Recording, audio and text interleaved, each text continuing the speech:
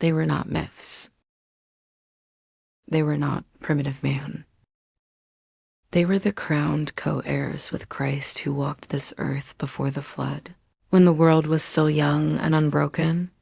In those 1,000 years, the true reign, they lived in harmony with every creature. The lion lay down with the lamb, not because of chains, but because the will of man was aligned with the will of heaven. Dominion was not domination, it was guardianship.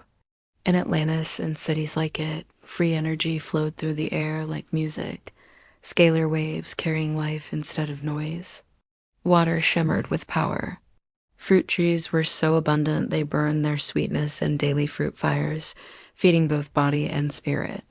There was no slaughterhouse stench, no factory farms, no cages.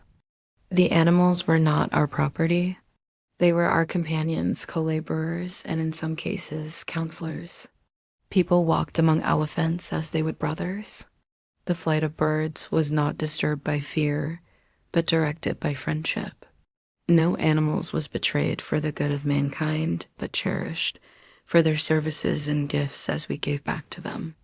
The wolf would dwell with the lamb. Then came the deluge, and with it, the blackout. The high towers sank beneath the seas. The crystal grids shattered. The free energy turned to silence. We remember only scraps, a few ruins, a few myths, the ache in our bones when we see the wild through bars. We've been taught to believe the lion's teeth are proof of savagery, forgetting they once guarded our children while they slept. We lost not only the cities and the light, but the trust of creation itself. To remember them is to remember what we once were, and if we can remember, we can return. Because the earth does not belong to tyrants or to systems.